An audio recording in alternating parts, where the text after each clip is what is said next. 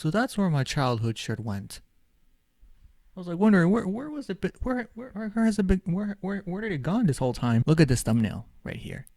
Dear Tom Holland, I dare you to manifest what you're about to see right now. Dear Tom Holland, manifest this what you're about to see right now. For anybody who watched my channel, actually watched my channel, you would know that I already did a whole trilogy of Spider-Man 5. But now that Spider-Man 4 came out, spoilers for the movie, now that the movie's out, I have a way clearer, better picture. And not only that, it actually ages my pitches better, but I'm going to make a remaster anyway because not a trilogy. This is a whole remaster of everything. So I'm going to say everything I have to say in this video in short terms. If you want certain elaborations of it, then go to my past videos and find out. It's just a trilogy. I'm staring at the thumbnail right now because I'm blazing it so hard because I love it.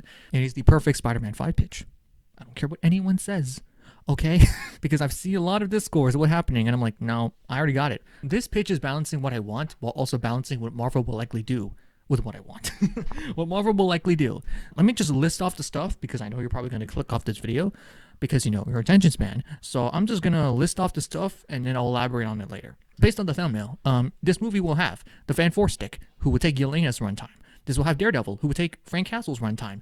Black Cat, Hobgoblin, who would not be Ned Leeds, kind of. Shocker, Prowler, Tombstone, Kingpin, and you would do really cool comic book stuff like the Bombastic Bagman, Kraven's Last Hunt graveyard scene. You want another $1 billion guarantee? This is your $1 billion guarantee, okay? At the end of Secret Wars or the beginning of Spider-Man 5, I feel like it should open right after Battle World because we all know that in Secret Wars, Peter Parker gets blacked. And because what happened in Battle World stays in Battle World, but whatever. In the comics after Secret Wars, in Spider-Man comics after Secret Wars, he drops off Kirk Connors because they both went to Battle World together. And also in the 90s cartoon. And so I feel like we should do the same thing here, but this time he drops off Bruce Banner because Bruce Banner is now the Kirk Connors of the MCU for Peter. Because, you know, we all know why. After that, there'll be a montage or some sequence, like in the fourth movie. Instead, it's Peter with the symbiote and trying to learn his way through it. You know, not trying to exercise with the symbiote and stuff. And he's fighting other villains. Like maybe you get to see a fight scene with the Prowler because you know Prowler's not going to be much in this movie, but he should definitely show up because where was he this entire time?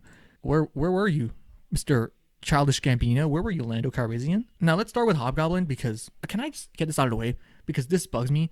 Ned will never be Hobgoblin. At least he will never be a villain. He's never going to be a villain because it never makes sense because of how they've been writing Ned over the last 10 years. There's no way they're not going to make him just evil like that. The only way he would be evil is if they force him to be a villain against his will, which I feel like that's not going to work. Okay, you're not going to have him turn to the dark side or something like that. That's not how it works. You're going to have to like put it against his will, which would be really sad and tragic and really dark. So let's not go that level for Ned. But I do have plans for Ned using the Hobgoblin lore, but not him being a villain. Okay, so I don't want him to be a villain because it makes no sense. Maybe he would be framed as the Hobgoblin or something at first. And then after the whole Spider-Man 5, maybe Spider-Man 6 or something, he will use Hobgoblin gear to be a hero out of that, or an anti-hero or something like that. That's what I feel like should happen. Who's going to be Hobgoblin then? Well, he will be Jason McAdale, because not only he's a character but in the comics, but also a character in the cartoon show in the 90s verse. So why not? Why not put him in here? And there should be a partial adaptation of the 90s verse 2-part where him and Kingpin fight each other for their rights. No, in the sense where like Hobby tried to take over Kingpin's regime for like a little bit, and then Willie got his get back.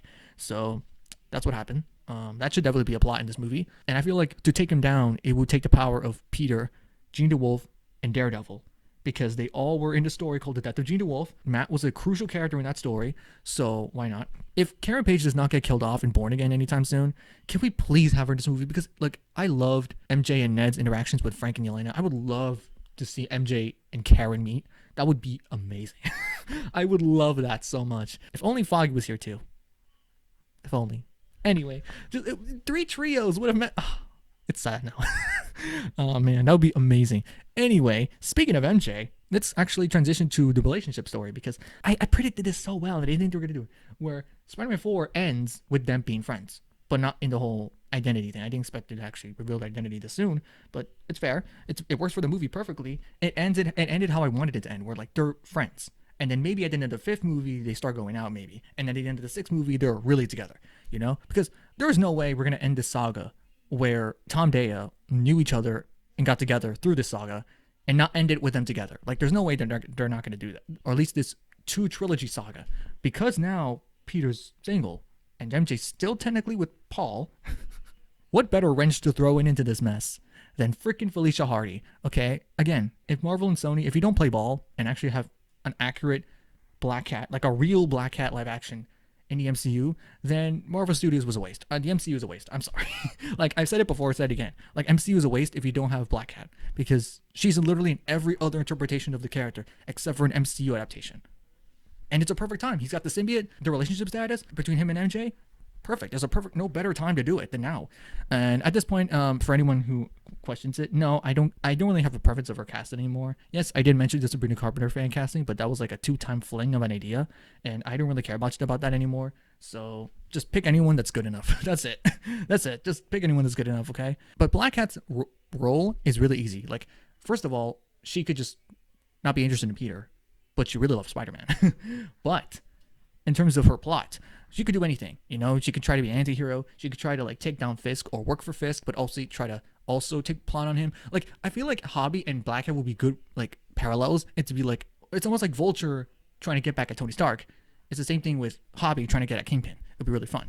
But and Black Cat and Hobby would have their own ways of taking down Kingpin, but not work together. It'd be really fun. But I think what would be better is if we're gonna pull an MCU route, then Black Cat would just Felicia's gonna like either work for Kingpin because he has her father, or he killed her father and she's just trying to take revenge on him. Again, anything will work. It's easy. Barely an inconvenience. Again, I did a whole video elaborating on that. In terms of Zendaya, I feel like there's one thing you can do, and I feel like either in this movie or in the 6th movie, there should definitely be an MJ backstory plot, because Miss Jones Watson? Jones, I don't go by Watson. Tom, if you want to give her more to do in a movie and give her more herself than simply just being Spider-Man's support system, which is fair, okay, good, but she should also have her own character. If you're trying to break the MJ curse of media, that Marvel's trying to do the whole like anti-MJ agenda, which that's what I've always believed in, then give her her backstory.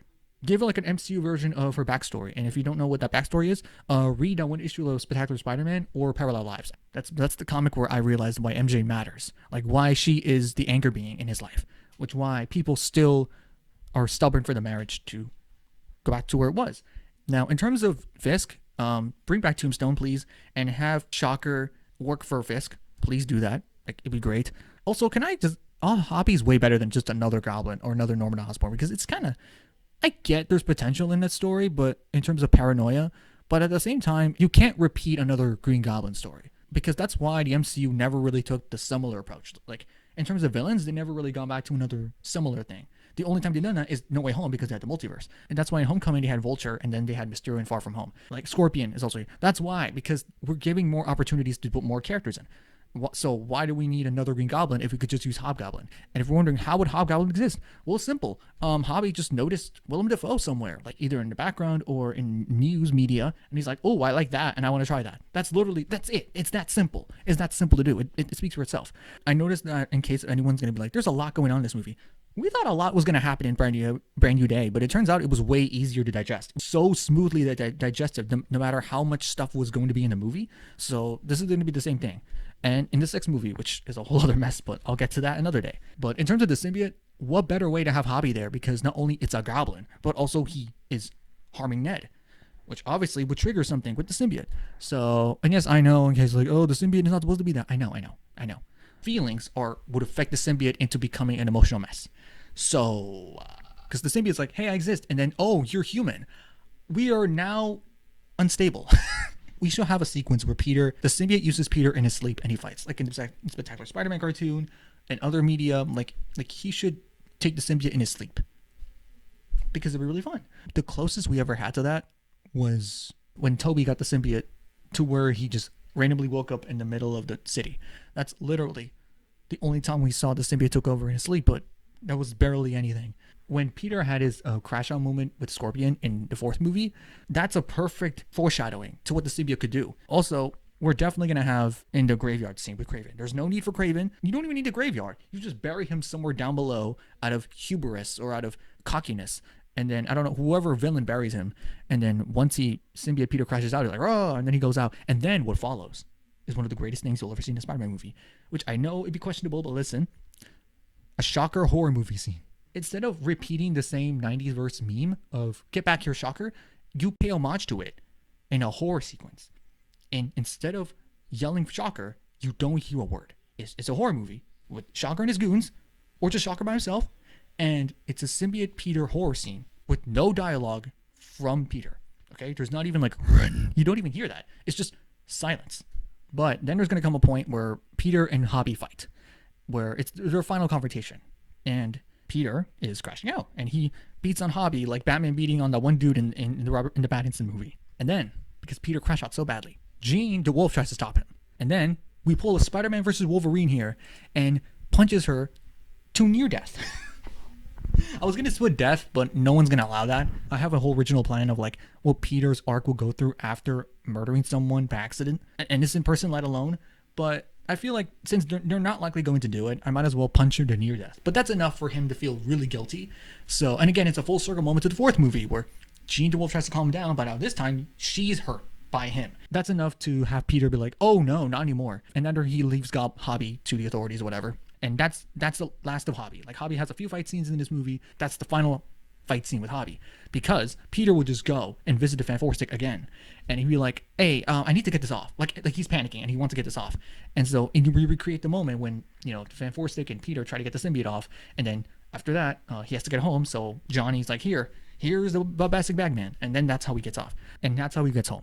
Now here's a change I have from my plans. Originally, if you watch my videos, my original plan was a reverse moment between Peter and Matt. I was originally going to have Peter maybe have him and Daredevil fight Kingpin one more time in the red and blue, and that's it, move on.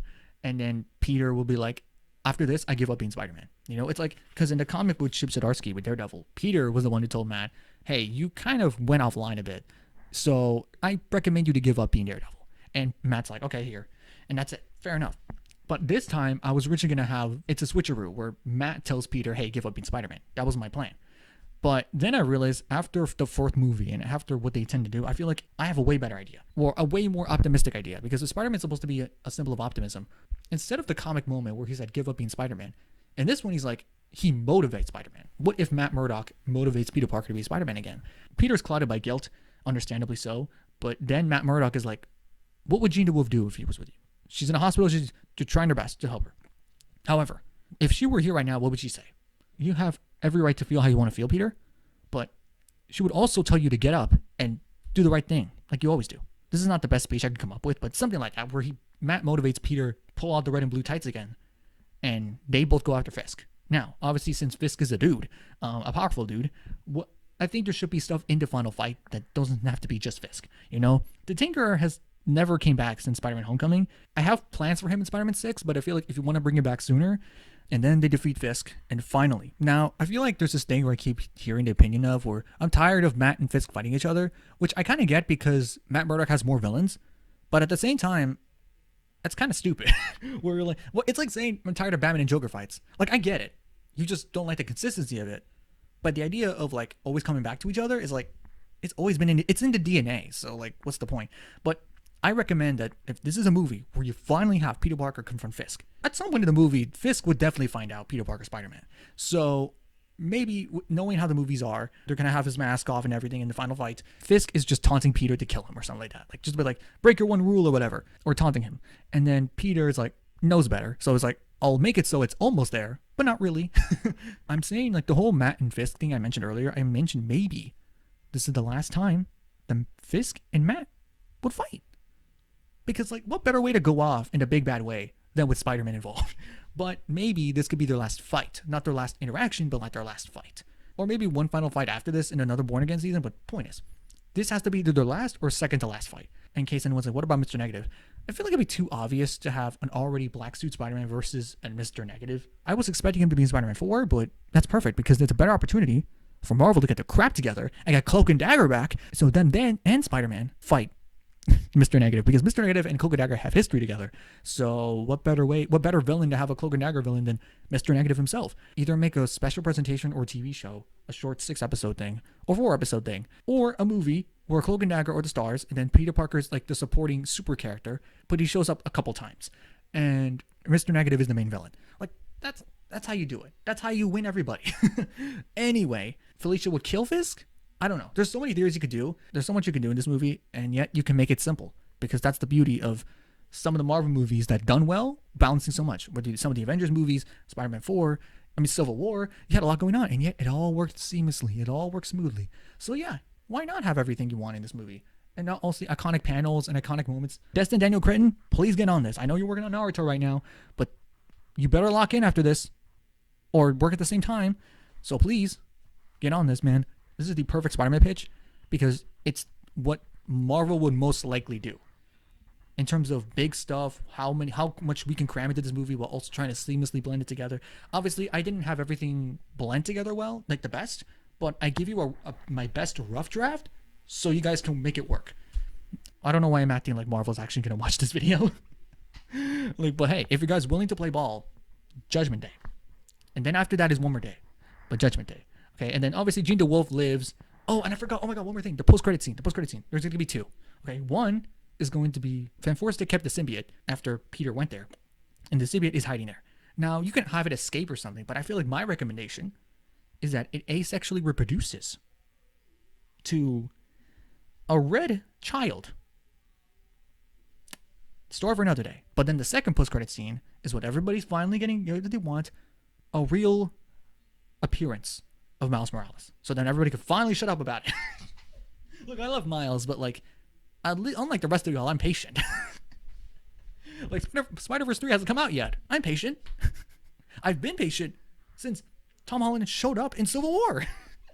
Which, stay tuned, because Spider-Man 6 is going to have Venom, Carnage, Wolverine, and then everybody in the movies. But that's a story for another day. With all that being said, hope you guys made it through this whole video, and thank you if you did. Also, can we bring back Flash Thompson for a minute and have him and Felicia meet and flirting a little bit, but then that's like immediately thrown away? Because it's a joke nod to when they were temporarily dating in the 90s. Come on, it'd be funny. Oh, and one more thing about Hobgoblin. In the past I mentioned how I want Hayden Christensen to play Hobgoblin, Hobby, because I just want to see Anakin versus Peter Parker fight, because that's just me being a nerd. But I would accept two other options, okay? Number uno is Ewan McGregor, because if you brought your Impossible Mom for Evie, why not bring your Impossible Dad as a villain? Because he has played a villain in a DC movie before, and like I said, I want Elizabeth Winstead, his wife, to play Ashley Kafka, because it'd be a full circle. In the sixth movie, by the way, she'll play Ashley Kafka or something. But my other third option is someone that Tom Daya has been really working with a lot recently, and that is Robert Pattinson as Hobgoblin. Okay, but listen, it was either going to be Hobby or Carnage. That's my pick. But that's a story for another day. Anyway, with all that being said, have a fantastic day, guys. I will say it again. If you subscribe, I will say it again. If you like, I will say it again. Anyway, yeah, I'm going to head off, all right? Have a great day and fantastic day. Come on. Oh, come on. I'm a loser. Oh, man.